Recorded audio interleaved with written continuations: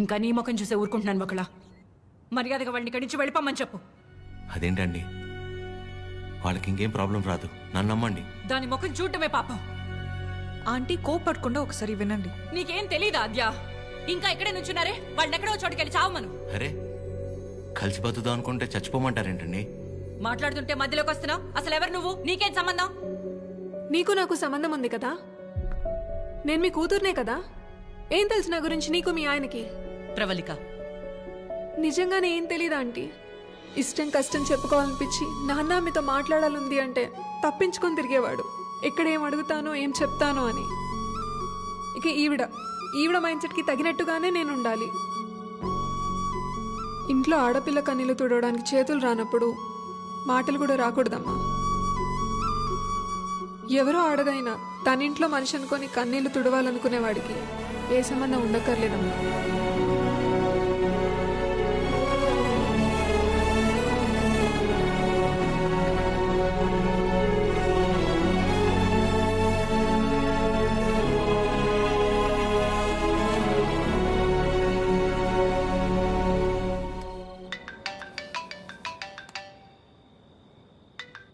చెప్పండి.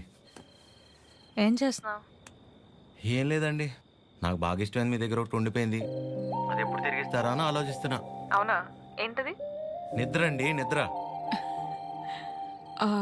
రేపు పొద్దున మా అమ్మ బ్రేక్ఫాస్ట్కి రమ్మంది. ఏ? ప్రవళిక విషయంలో హెల్ప్ చేసావు కదా, అందుకే. అయితే టిఫిన్ పెట్టి 1000 నోట్ పదార్లు ఇచ్చి పంపించేస్తారా? ఏం సార్, సరిపోదా? మీరేమంటే అది తప్పదు కదా, పెద్దోళ్ళు. ఇంకా కనపడవు కానీ నీకు నేనంటే ప్రేమే కదా. అమ్మ పిలుస్తుంది, ఐల్ కాల్ యూ లేటర్.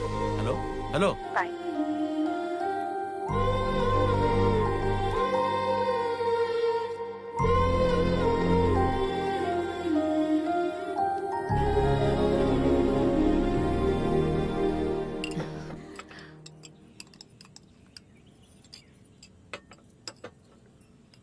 ఏదున్నా ఫ్యాక్టరీలో మాట్లాడి అట్నుంచటే పంపించేస్తాను తప్ప ఇంటిదాకా ఎవరైనా రావటం చాలా రేర్.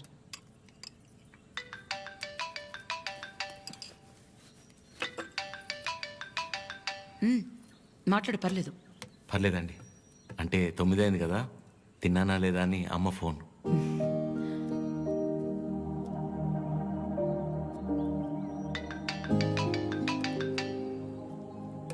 పద్మమ్మ సేమ్, తిన్నానా లేదా అని. ఇంట్లో నేను ఒక్కనే మగపిల్లాడిని, అందుకే చిన్నప్పటి నుంచి వాళ్ళకన్నీ నేనే. ఒకసారి రమ్మని చెప్పు మీ ఇంట్లో వాళ్ళని.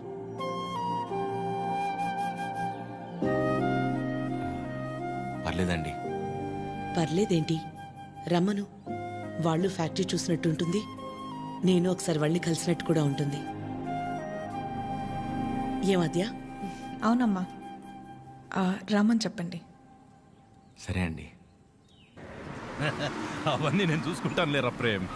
నిన్ను నువ్వు అద్దంలో మాత్రం చూసుకోకరే.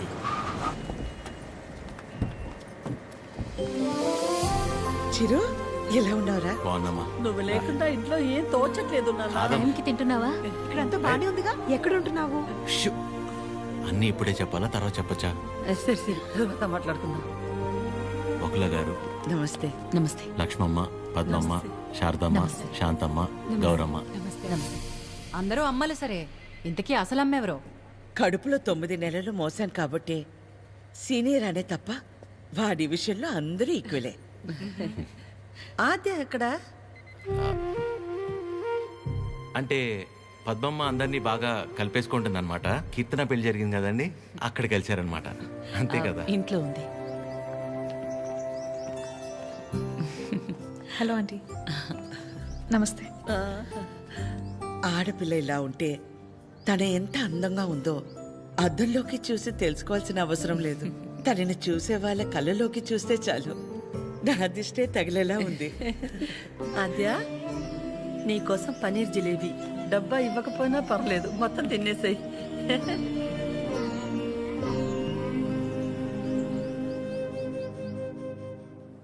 ఏంటి ఆద్య, ఇంకా ఏం ఆలోచిస్తున్నావు? ఆంటీ చిరు వాళ్ళందరితో బాగానే క్లోజ్ అయ్యారు కదా ఆద్య. అదే ప్రాబ్లం ప్రవళిక. అనుమానం ఉండి అబద్ధమని తెలిస్తే కోపంతో పోతుంది. కానీ ఇంత నమ్మాక నిజం కాదంటే తట్టుకోలేదు. అండ్ దాట్ టూ, ఇదంతా తెలిసి నేను సైలెంట్గా ఉన్నానని మా అమ్మకు తెలిస్తే ఎవరున్నా లేకపోయినా నా లైఫ్లో అమ్మ ఉండాలి. ఎవరి ద్వారానో ఈ విషయం ఆంటీకి తెలిసే కంటే నీ అందరూ నువ్వే వెళ్ళి చెప్పడం కరెక్ట్ ఆద్య.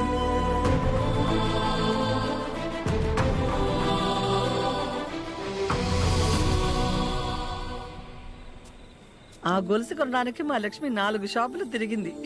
ఫ్యాక్టరీ వర్కర్స్ లా కాకుండా ఫ్యామిలీ మెంబర్స్ లా చూసుకుంటున్నారు. ఇక్కడ పనిచేసే వాళ్ళ పిల్లల చదువులు వాళ్ళు మంచిళ్లే కాక ఇప్పుడు వాళ్ళందరికీ ఇళ్ళు ఉన్నోళ్ళందరికీ ఇలా ఇవ్వాలన్న ఆలోచన ఉండాలని లేదు కదా భయ్యా. చాలా థ్యాంక్స్ మేడం, మాకెంతో చేస్తున్నారు. మా మేడం చాలా గ్రేట్ భయ్యా.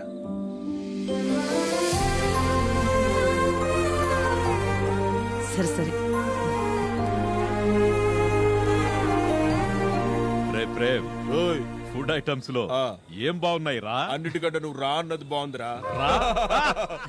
కూర్చోండి ఆంటీ. ఏంటి అందరూ చాలా సీరియస్గా మాట్లాడుకుంటున్నారు? ఏం లేదు, నీ గురించే.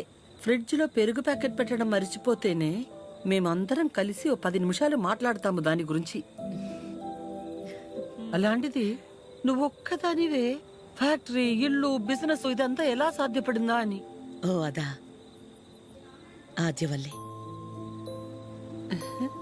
లైఫ్లో ఇంక హోప్ లేదు, అంతా అయిపోయిందనుకున్నాను. అప్పుడు ఆద్యకి 8 ఏళ్ళు. ఒకరోజు నా దగ్గరికి వచ్చి, అమ్మా నేనేమైనా తప్పు చేశానా అంది. నువ్వు తప్పు చేయడం ఏంటి అంటే ఏమందో తెలుసా? నేనే నీ ప్రపంచం అంటావు కదమ్మా, నువ్వెలా ఉన్నా అది నా వల్లే కదా. నువ్విలా ఉన్నావంటే నేనేదైనా తప్పు చేసుంటే చెప్పు, ఇంకెప్పుడు చెయ్యను అంది. ఆ క్షణం అనిపించింది ఇంకెప్పుడు తన నా దగ్గరకు వచ్చి అలా అడిగేలా నేనెప్పుడు ఉండకూడదని.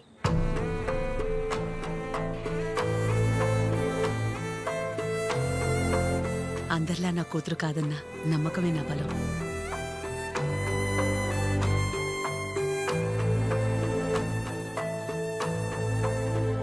మీ బలం మీ చిరు, మీ పెంపకం తన ప్రవర్తనలో కనిపిస్తుంది. చాలా బాగా పెంచారు మీ చిరుని. చిరు, ఇంతమంది ఆడవాళ్ల మధ్య పెరగడం నీ అదృష్టం.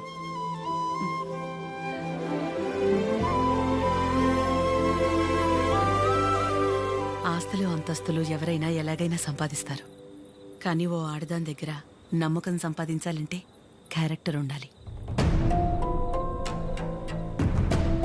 ఎలాంటి పరిస్థితుల్లోనూ ఏ కారణం చేత నీ వల్ల వాళ్ళకి ఏమచ్చా రానివ్వదు.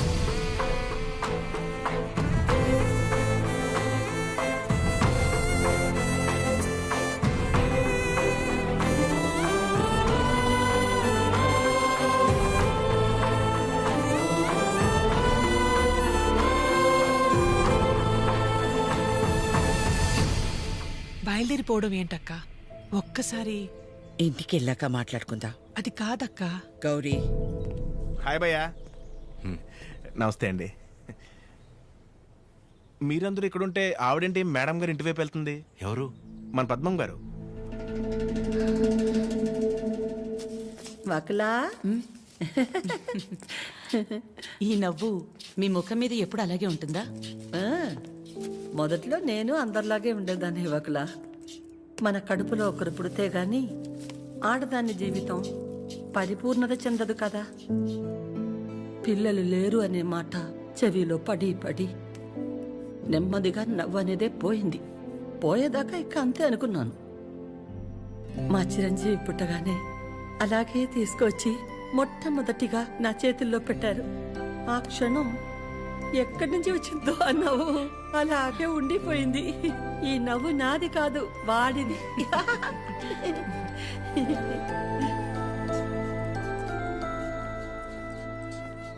నీకు మొక్కలంటే బాగా ఇష్టమా వకులా? ఈ మొక్కల విషయంలో మాత్రమే ప్రపంచం ఆడా మగానే తేడా చూడదు. మా చిరు కూడా మొక్కలంటే బాగా ఇష్టం. ఇంట్లో ఎటు చూసినా ఉంటాయి.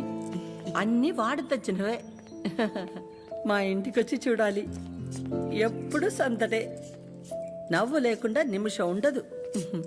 నువ్వు కనుక మా ఇంటికి వస్తే ఫ్యాక్టరీ వద్దు ఏమీ వద్దని అక్కడే ఉండిపోతావు. వీలు చూసుకుని ఒకసారి వస్తాం. ఒక్కసారి ఏంటి వకులా, నువ్వు అనాలే కానీ ఆద్య ఇల్లు నీ ఇల్లు కాదా ఏంటి? మా చిరుకి ఆద్య అంటే ప్రాణం. ఆద్యకి కూడా మా చిరు అంటే చాలా ఇష్టం.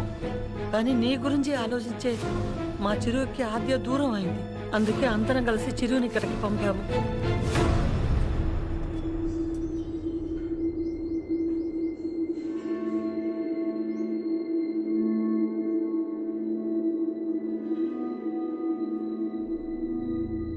విన్నావుగా వకుల, వాడు వచ్చినప్పుడే చెప్పాను వద్దు, ఏదో తేడాగా ఉంది అని. నా కళ్ళకు అందరూ అలాగే కనపడతారన్నావు. ఇప్పుడు చూడు, నా కళ్ళకు కనిపించింది నిజమైందిగా. సరిత గారు మాట్లాడకు. మీరు ఆడాళ్లేగా. సాటి ఆడదాన్ని మోసం చేయడానికి మనసెలా ఒప్పింది? అసలు నిన్ను తన్నాలే పట్టుకుని. అమ్మా, నువ్వు నోర్మై. ఏంటి అద్యా ఇది? వాళ్ళంటే ముక్కు మొహం తెలియని వాళ్ళు. మీ అమ్మ గురించి పూర్తిగా తెలిసిందానివి నువ్వే ఇలా చేస్తే ఎలా? తనకున్న ఒకే ఒక్క నమ్మకం నువ్వు అందరిలాగానే అనిపించావు కదా. అయినా మిమ్మల్ని అనాలి. ఏం పెంపకమో ఏమో. పెంపకం గురించి ఎందుకండి? ఏ అంత రోషం పొడుచుకొచ్చింది? చేసే ముందుండాలి. ఎందుకు అలా మాట్లాడుతున్నారు? ఇంకా మాట్లాడుతున్నాను, సంతోషించండి. అక్క ఇదంతా మనకు అవసరం, పద వెళ్దాం. ఇంకా నుంచున్నారే, పదండి. సిగ్గుండాలి. అమ్మా ఆగమ్మా, ఏ ఏ ఆగు. నువ్వు అరిచి గోల చేసేంత ఘోరం ఏం జరిగిపోలేదు ఇక్కడ. ప్రేమించిన అమ్మాయి కోసం వచ్చాడు, అంతేగాని ఎవరినైనా మోసం చేశాడా? ఎవరితోనైనా తప్పుగా ప్రవర్తించాడా? తప్పుగా చూపైనా చూశాడా? వాడికిడికి రావడం వల్ల ఎవరికైనా మంచి జరుగుంటుంది తప్ప నష్టం ఏం జరగలేదు. వకుల, పిల్లలిద్దరూ మన ఇష్టాలకు గౌరవం ఇచ్చి మన సంతోషం గురించి ఆలోచిస్తున్నారు. ఒక్కసారి వాళ్ళ ఇష్టం గురించే ఆలోచించడంలో తప్పే ఉంది.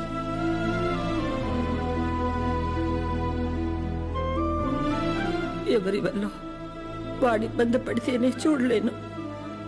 అలాంటిది వాడు బాధకి ఏమీ కారణం ఉండే నా ప్రాణం తట్టుకోలేదు. ఒకలా వయసులో చిన్నదానివైనా చేతిలో జోడించి నీకు నమస్కారం.